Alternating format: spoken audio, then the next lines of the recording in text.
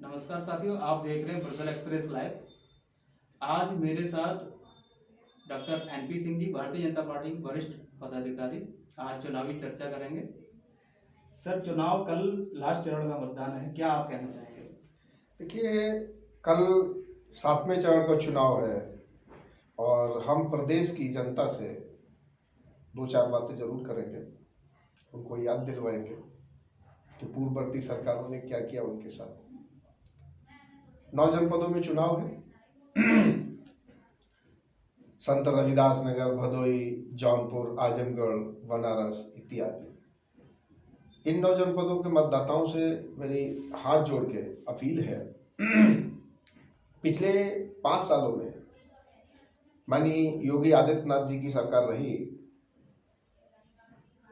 मैंने 50 साल की उम्र में इस तरीके का शासक नहीं देखा जो जनता के प्रति रियल में ही बहुत ही सुगमता से हमेशा साथ में खड़ा रहा। लेकिन सर, मैं एक मिनट पूछना चाहूँगा सर, प्रथम चरण में तो काफ़ी किसान है, इधर जाट कम्युनिटी है, बहुत सुनने में आ रहा है कि बाबा जी के पक्ष में ना रही, तो आप उसके लिए क्या कहना चाहेंगे? देखिए, ये सिर्फ विपक्षियों द्वारा एक बना बनाया जाल है कि पश्चिमी क्षेत्र में पहले चरण में जहां मतदान था, विपक्षियों ने हल्ला काट रखा है कि यहाँ जाट मतदाता जो है बीजेपी के साथ में नहीं है। आपसे मैं जानना चाहता हूँ, आप एक पत्रकार बंधु हैं, मीडिया से हैं, क्या 2013 का वो कवाल कांड पश्चिमी क्षेत्र का जाट भूल गया या भूल जाएगा?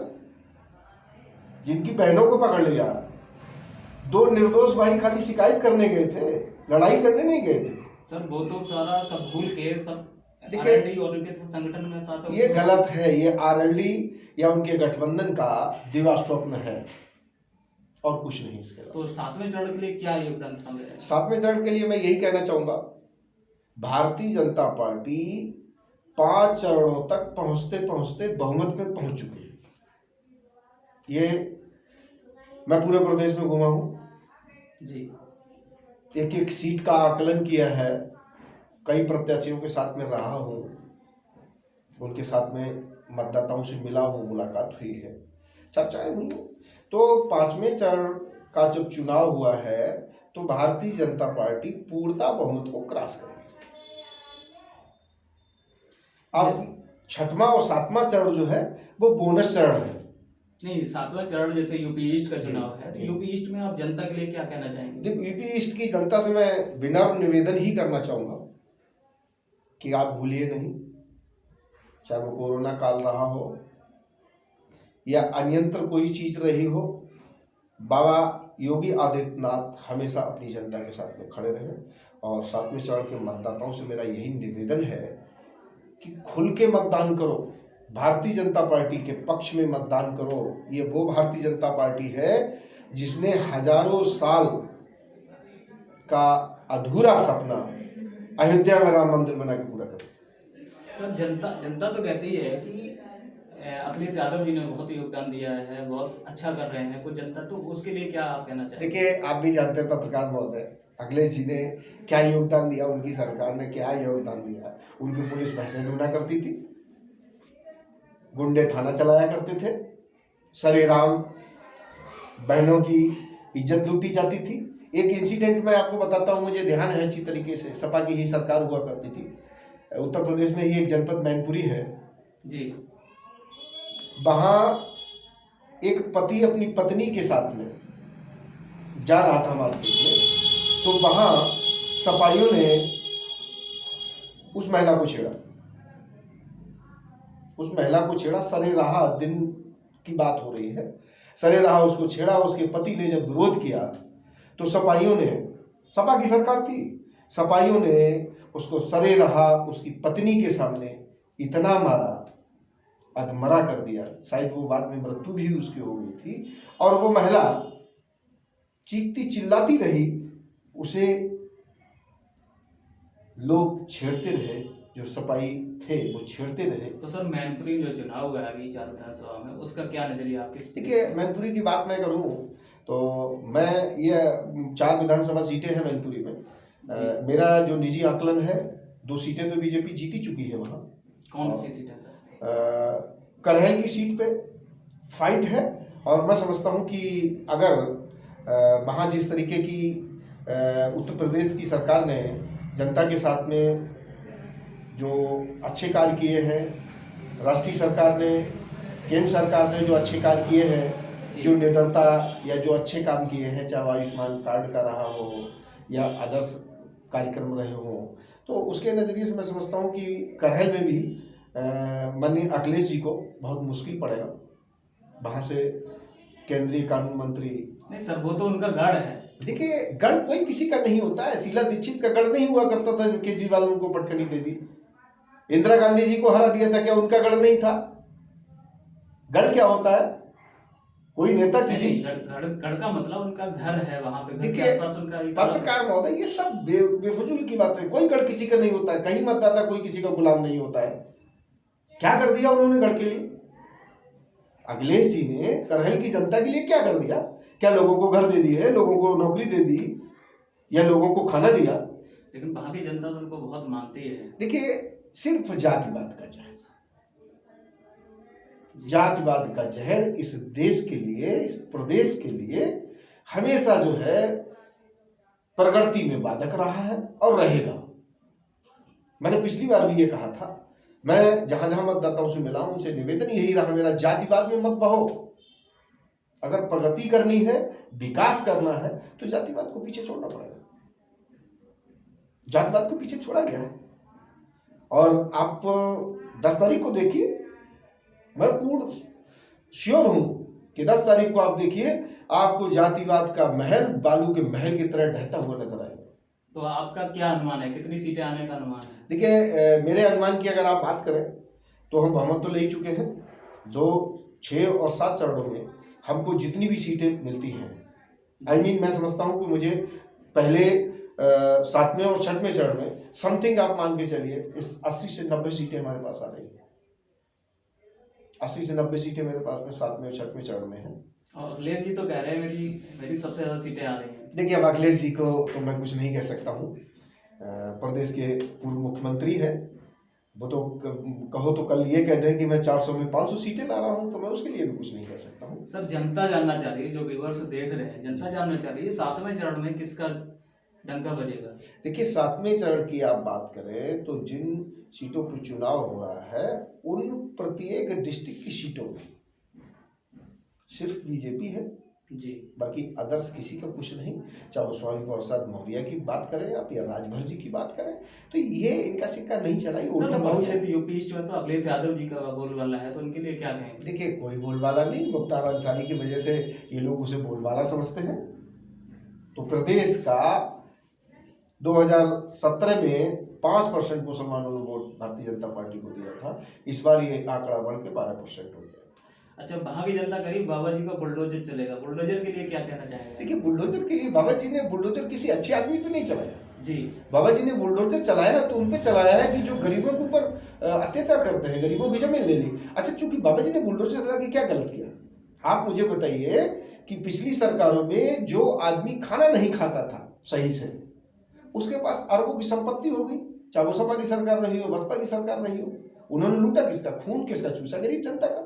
तो बाबा जी ने जो बुलडोजर चलाया है उन लोगों के ऊपर चलाया है जिन लोगों ने गरीबों का खून चूसा, गरीबों का अत्याचार किया, उन लोगों को बुलडोजर चलाया। सरेरा गाड़ियां चोरी हो जाती थी, बहन बेटियों के कुंडल जंजीरें छीन ली जाती थी। बाबा जी ने बुलडोजर चलाया तो बुरा क्या? मैं तो ये कहूंगा कि जितनी ताकत से 2017 में बुलडोजर चला था उसकी 4 गुनी ताकत से 2022 में बुलडोजर चलेगा। और माफिया गुंडे प्रदेश से पलायन अगर कर जाएंगे तो सुरक्षित रहेंगे, और प्रदेश में अगर रहेंगे तो बुलडोजर तो चलना निश्चित है।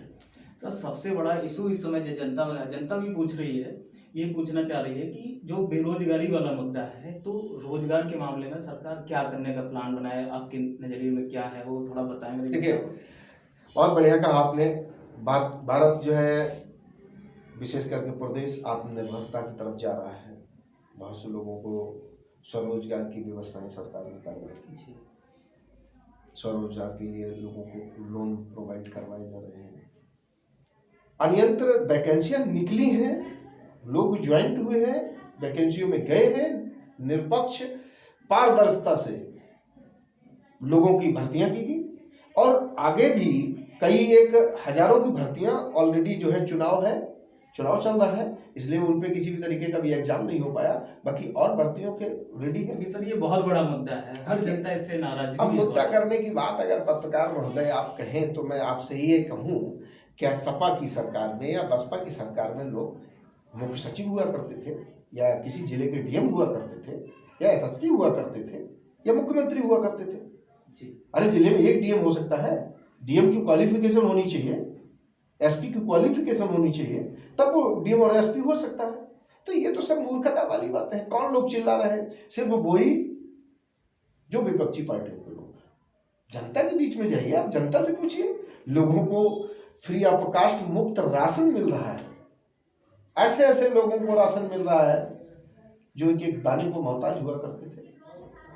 लोगों को रिफाइंड मिल रहा है, सोयाबीन का शुद्ध तेल मिल रहा है, जो बहुत से लोगों ने देखा नहीं था, स्वाद नहीं जाना था, उनको सरकार दे रही है। अच्छा सर, एक और जरूरी बात पूछनी है। जनता से जो मैंने सर्वे किया है मैनपुरी क्षेत्र में करहल विधानसभा से, तो जनता की राय और वहाँ के जो वोटर्स हैं या पब्लिकली सफाई नेता हैं या जो कुछ, तो ये मुझे सुनने में आ रहा है कि जो बघेल साहब वहाँ से खड़े हैं अखिलेश यादव जी के विपक्ष में, तो क्या अगर वो जीतते हैं तो जीतने के बाद क्या उप मुख्यमंत्री के लिए घोषणा हो सकती है या सुनने में आ रहा है ऐसा?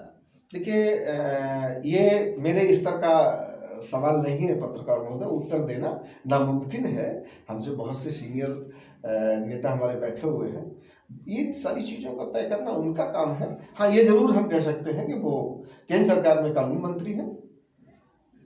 अखिलेश जी की सीट पे जब वो विजयी होके आएंगे तो निश्चित सी बात है उन्हें प्रदेश में मजबूत और अच्छी जिम्मेदारी दी जाएगी, ये मुझे विश्वास है। धन्यवाद सर। आप देख रहे थे doctor NP Singh ji, Bharatiya Janata party के प्रदेश के एक वरिष्ठ पदाधिकारी हैं, जो दावा कर रहे हैं बाबा जी की ही सरकार आनी है। और दूसरा मैं पूछना चाह रहा हूँ, यहाँ पे केशव मौर्य जी जो उप मुख्यमंत्री हैं इस समय, तो वो भी अपना दावा कर रहे हैं, तो उनके लिए मैं पूछना चाह रहा हूँ। जस्ट मेरी एक क्वेरी है सर, तो केशव मौर्य जी का सुनने में आ रहा, वो भी कुछ वरिष्ठ पदाधिकारी में आने की होड़ में है, क्या मुख्यमंत्री की होड़ में, क्या कहना चाहेंगे? देखिए, ये पार्टी के गाइडलाइन की बात है, पार्टी के सीनियर नेताओं का काम है। ये सीनियर नेता जो भी, मैं तो एक पार्टी का पदाधिकारी हूँ, छोटा सा कार्यकर्ता हूँ, सिपाही हूँ, जो भी पार्टी का दिशा निर्देश होगा उस पर मैं काम कर रहा हूँ और करूँगा। केशव मौर्य जी को क्या बनाया जाएगा, ये सीनियर पदाधिकारी तय करेंगे। सर एक और क्वेश्चन है सर, ये पूछना चाहूँगा, इस समय मायावती जी कुछ भी बीजेपी के विरोध में या कुछ ऐसा नहीं बोल रही, क्या जनता पूछना चाह रही है, क्या वो भारतीय जनता पार्टी में शामिल होना चाह रही है कि ऐसा कुछ, क्या कहना? देखिए, आपने जो क्वेश्चन किया है उसका एक सीधा सा जवाब है। मैं आपको बड़ा क्लियर बता दूं, मायावती जी के पास में बोलने के लिए है क्या, बचा क्या है? जिस तरीके से अखिलेश जी के पास में जनता को बताने के लिए कोई अपनी सरकार में, अपने कार्यकाल में कोई भी ऐसा अच्छा कार्य नहीं किया हुआ है जो जनता को बता सके, जिसके बिहार पर वोट मांग सके, वही कंडीशन मायावती जी की है। मायावती जी ने क्या किया? अरबों खरबों रुपये लगा के हाथी खड़े करवा दिए। नहीं, उन्होंने भी सर शासन किया है। नहीं, उन्होंने, मैं ये कहाँ कह रहा हूँ शासन नहीं किया, शासन तो अखिलेश जी ने भी किया, मुलायम सिंह जी ने भी किया है, और भी मुख्यमंत्री रहे, सबने शासन किया। शासन करने का जो तरीका होता है, कानून शासन जो वर्तमान में हुआ, मैं समझता हूं कि 50 सालों में उत्तर प्रदेश में ऐसा शासक नहीं आया जिसने एक वस्त्र में, एक वस्त्र का मतलब समझते हैं, जिसके वस्त्र की कीमत बहुत ज्यादा हो, तो मैं समझता हूं कि बहुत अच्छा वस्त्र रहा हो तो 1000 रुपए का हो। हमारे यहाँ ऐसे ऐसे मुख्यमंत्री आया करते थे जो चप्पलें 2.5, 3 लाख की पहना करते थे, और मुझे गर्व है अपने मुख्यमंत्री पे जो 1000 रुपए में सर से लेके पैर तक का सारा परिधान पहन लेता जी। मुझे गर्व है अपने मुख्यमंत्री पे सीना चौड़ा हो जाता है हमारा, हम उत्तर प्रदेश के निवासी सीना चौड़ा हो जाता है कि जब हमारे मुख्यमंत्री जी के माननीय पिताजी का स्वर्गवास होता है और वो अंत्येष्टि में शामिल होने नहीं जाते हैं और ये कह देते हैं कि हमारा परिवार प्रदेश की जनता 22 करोड़ जनता है, जब कोहराम मचा हुआ था कोरोना के लिए। मेरी आंखों में आंसू आ गया। मैं अपने आप को बहुत ही गर्व महसूस करता हूं कि मैं ऐसे प्रदेश का निवासी हूं जिसका मुख्यमंत्री माननीय योगी आदित्यनाथ जी हैं। जी, मुख्यमंत्री तो बहुत से हुए, आपने भी देखे होंगे, पत्रकार महोदय मीडिया से हैं, कैसे कैसे मुख्यमंत्री हुए, कितने कितने रंगसाज मुख्यमंत्री हुए। जनता मरती मर जाए, उनको ठुमके देखने हैं तो वो देखते रहे। अच्छा, लास्ट क्वेश्चन सर ये कहना चाह रहा हूँ जनता की तरफ से कि जो आपका अनुमान सीटों को लेकर कितना हो सकता है, बहुमत से आ रही है कि गठबंधन से आ सकती है, बीजेपी की कितनी सीटें टोटल आ सकती हैं, कैसा अनुमान है आपका? देखिए, हम सरकार बीजेपी को आप मान के चलिए अकेले 240 से लेके 270 सीटें मिल रही हैं। कोई तो 300 के पार बता रहा सर। मैं अपने एनडीए की बात कर रहा हूँ, मैंने बीजेपी का बताया, आपको एनडीए का नहीं बताया। मैंने बीजेपी का बताया कि हम 240 से लेके 270 सीटें ला रहे हैं। अब एनडीए की आप बात करें तो 70 अगर हम ला रहे हैं तो 30-35 सीटें हमारी बाकी एनडीए के साथ ही ला रहे हैं, तो हम 300 क्रॉस करके जा रहे हैं। तो इसका मतलब आप भाजपा की सरकार पे क्लियर कर रहे हैं कि 100% नहीं, 1000% बीजेपी ही आएगी और कोई ऑप्शन नहीं है।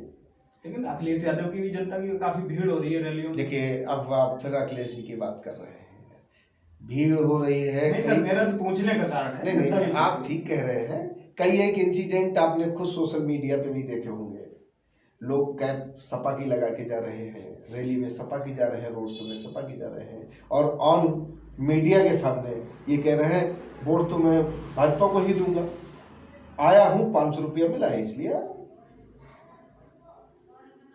जी। तो उन स्थितियों में देखिए, सपा सरकार ने अपने कार्यकाल में क्या किया? दंगों के अलावा, और दंगों में मारा कौन गया? हिंदू। अखिलेश जी की सरकार में प्रदेश का हिंदू अपने आप को अनाथ समझता है और अनाथ हो जाता है, उसको कोई सुनने वाला नहीं होता है। चाहे वो 2013 का दंगा रहा हो या गाजियाबाद धतरी का दंगा रहा हो या अदर्स कोई भी रहा हो। लेकिन सर, सपा सरकार की तरफ से हमेशा क्वेश्चन उठता रहा है, जो मेरा सर्वे हुआ उसके हिसाब से, कि बीजेपी सरकार हिंदू मुस्लिम करती रहती है, ऐसा कुछ सर? देखिए, अगर बीजेपी हिंदू मुस्लिम करती रहती है तो पिछले 7 साल हो रहे हैं सेंट्रल गवर्नमेंट में, जी, मोदी जी का दूसरा कार्यकाल चल रहा है। दूसरे कार्यकाल में आपने देखा कहीं दंगा हुआ? मुझे बता दो। बहुत कोशिश की विरोधियों ने, विपक्षियों ने। उत्तर प्रदेश में माननीय योगी आदित्यनाथ जी को 5 साल हो गए, कहीं दंगा हुआ तो मुझे बता दो। और यहाँ तो दंगा होना चाहिए था। मैं तो ये कहता हूँ, सुप्रीम कोर्ट का जो आदेश अयोध्या में राम मंदिर बनाने का आया था, वो अगर योगी आदित्यनाथ जी की सरकार नहीं होती, किसी और की सरकार में आया होता, दंगा होता, ऐतिहासिक दंगा होता, कत्ले आम मच जाता इस उत्तर प्रदेश, सड़कें लाल हो जाती। बहुत लोगों ने अभी घोषणाएं की, जब इस पे आना था तो प्रदेश के अल्पसंख्यक समुदाय के कुछ लीडर, कुछ जिहादी मौलवियों ने घोषणाएं की कि अगर बाबरी मस्जिद के खिलाफ सुप्रीम कोर्ट ने फैसला सुनाया तो सड़कें पे नहर चलेगी खून की। तब भी माननीय योगी आदित्यनाथ जी ने ये कहा था कि जो भी कोर्ट को आदेश देना वो आदेश दे कोर्ट, नदियां तो नदियां हैं खून की, परिंदा पर नहीं मारेगा सड़क पे।